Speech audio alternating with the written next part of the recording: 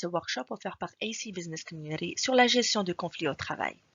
Qui n'a pas eu une différence de point de vue avec quelqu'un au travail? Qui n'a jamais essayé de convaincre que son opinion est correcte par rapport à la leur?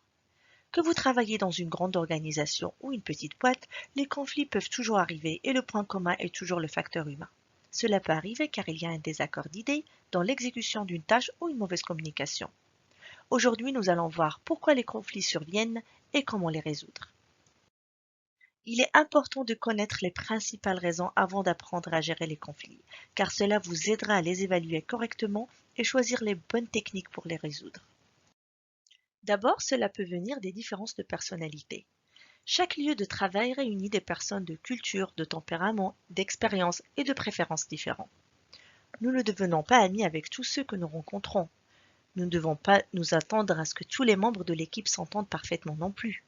Bien qu'il ne soit pas nécessaire que tous les collègues soient amis, un niveau de respect mutuel est essentiel pour une atmosphère de travail saine. Ensuite, une mauvaise communication peut être la cause d'un conflit. La communication est impliquée dans presque toutes les activités que nous faisons au travail. Tout le monde pense être un excellent communicateur, mais de nombreux conflits surviennent à cause d'une mauvaise communication. Dans tout processus de communication, il y a un expéditeur qui transmet un message et un destinataire qui interprète le message et émet des hypothèses. Donc il y a tellement de place pour des malentendus dans ce processus. C'est pour cela, il est important de faire attention à son mode de communication en étant clair et concis, en écoutant les nouvelles idées des membres de votre équipe et découvrir leurs préoccupations, et en faisant attention à votre comportement non verbal et apprendre à lire celui des autres. Il y a aussi les mauvaises habitudes de travail. De nombreuses habitudes dont les gens font preuve sont inoffensives et même utiles pour leur performance professionnelle spécifique. Cependant, certaines habitudes peuvent affecter toute l'équipe, provoquer de l'irritation et déclencher des conflits. Ce sont ces habitudes qu'il faut surveiller en tant que superviseur pour limiter les champs de création de conflits. Par exemple, arriver en retard ou distraire les collègues est une habitude qui devient vite contagieuse. Transmettre des ondes négatives ou parler mal des autres peut baisser le moral de l'équipe. Être désorganisé ou ne pas respecter les délais peut empêcher l'accomplissement du travail et se refléter sur l'image de l'équipe.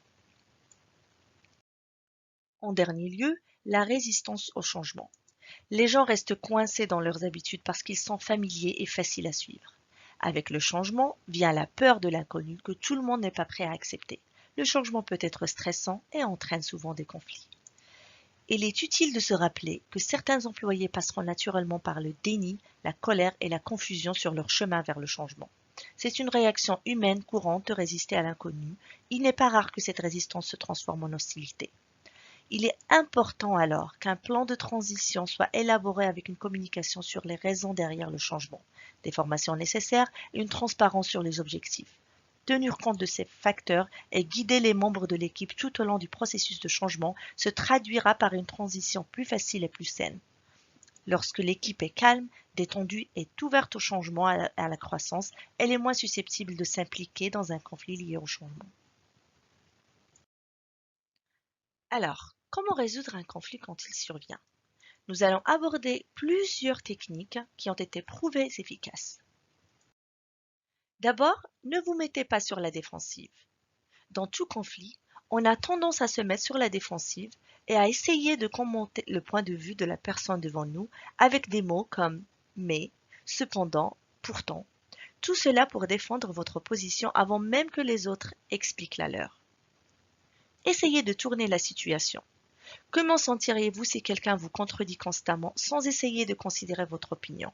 Prenez un moment, essayez de voir les choses à leur façon. Ils ont moyen de penser ce qu'ils pensent comme vous, exactement. Cela ne veut pas dire que vous devez accepter leur position, mais au moins cela démontre que vous prenez au sérieux leur opinion. Essayez des mots et des phrases plus positives et plus conciliantes comme « Je comprends ce que vous dites ». Ceci est un point valide pour montrer que vous respectez leur position, même si vous n'êtes pas d'accord. Ensuite, il faut contrôler vos émotions. D'abord, si vous êtes trop émotionnel ou remonté, évitez de rentrer en conversation tout de suite. Choisissez un moment où vous êtes calme et plus serein. Parler en colère ou frustré ne fera qu'empirer le conflit. Pourquoi? Quand vous êtes émotionnel, votre pensée rationnelle se désactive et vous ne pouvez pas formuler de propos acceptables. Ne déchargez pas vos émotions sur les autres et attendez que vous soyez calme pour discuter dans une manière raisonnable. C'est seulement là que vous pouvez exprimer vos points de vue de manière rationnelle et que votre cerveau est ouvert à d'autres perspectives. Piquez une crise si vous voulez, mais faites-le avant de parler à la personne en face. Il faut aussi apprendre à écouter attentivement. Écouter est l'un des meilleurs moyens de résoudre un conflit. Si vous voulez vous exprimer librement, il faut laisser les autres s'exprimer également. Au lieu d'écouter juste pour trouver des failles ou des arguments d'attaque, essayez vraiment d'écouter et comprendre leur perspective. Peut-être que vous vous rendrez compte que vous n'avez pas bien compris leur point de vue au départ et que vous trouverez peut-être un terrain d'entente. Et surtout, vous gagnerez le respect de les avoir écoutés. Écouter n'inclut pas seulement les paroles exprimées par la personne en face, mais la communication non verbale est tout aussi importante à considérer. Les gestes du corps, les expressions du visage, le regard, la tonalité de la voix sont aussi des vecteurs de communication très importants et vous passent des messages. Si nécessaire, utilisez votre communication non verbale également pour les encourager ou leur faire comprendre que vous êtes aligné avec eux. Un autre point important, ne prenez pas les choses personnellement. Nous avons tous tendance à prendre nos opinions et nos actions comme un reflet direct de notre personnalité. Donc, quand quelqu'un les attaque, on pense être attaqué personnellement.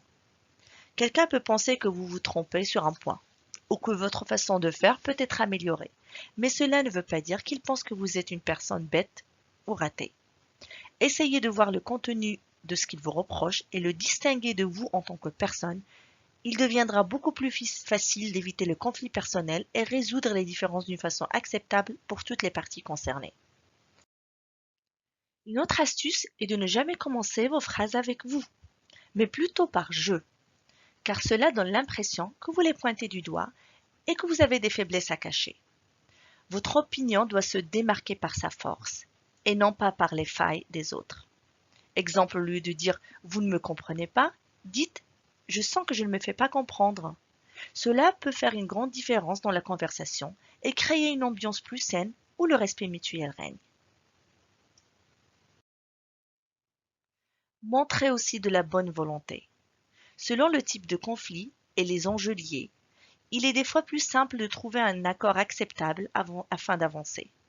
Des fois, il est plus judicieux de mettre sa fierté de côté et de montrer que vous n'êtes pas têtu à appliquer votre façon de faire, même si vous êtes toujours convaincu que vous avez raison. Les autres apprécient le fait de privilégier le chemin vers une solution devant votre fierté personnelle. Également, il est très important de garder le conflit confidentiel. La confiance et le respect sont primordiaux pour résoudre un conflit. D'abord, essayez de rester discret sur l'existence même du conflit. Moins de personnes l'apprennent, mieux c'est pour vous. Cela évitera des préjugés ou des bruits de couloir sur les raisons éventuelles ou l'évolution du problème. Ensuite, en aucun cas, il ne faut aller raconter les détails d'un conflit à d'autres parties au conflit lui-même. Cela peut créer plus de tension et dans la plupart des cas, la personne se comportera de la même façon et racontera des détails à sa version, qui est certainement différente de la vôtre et n'est pas à votre avantage. Il y a d'autres moyens de décharger la colère et la frustration que de parler à quelqu'un. Vous pouvez parler à un ami complètement externe à la situation ou écrire dans un journal. Et enfin, dernière chose, est de savoir reconnaître quand on a tort. S'excuser est pour la majorité des gens la chose la plus difficile à faire, surtout quand on ne pense pas avoir tort. Personne n'est à l'abri de faire une erreur, dire une parole déplacée ou mal jugée. Admettre qu'on a eu tort est l'une des grandes forces de personnalité et ce n'est pas une faiblesse. Que ce soit pour vous ou pour la personne en face de vous, savoir reconnaître qu'on a eu tort a un effet rapide et énorme sur l'élimination de la rancune que quelqu'un peut ressentir pour l'autre. Les relations sont améliorées rapidement et repartent sur de bonnes bases. Ce qu'il faut retenir de ce workshop, c'est que les conflits font partie de la vie professionnelle comme personnelle. Il est important de les comprendre pour mieux les gérer. Un conflit peut être vite généré dans toute situation d'opposition. L'écoute, la volonté et la discrétion vous aident à avancer. Contrôler ses émotions et instaurer un respect mutuel est crucial pour commencer à gérer un conflit. Merci d'avoir suivi ce workshop. Abonnez-vous à notre chaîne AC Business Community pour retrouver tous nos sujets pour vous améliorer au travail. Également, faites-nous part de vos sujets préférés par mail à l'adresse affichée.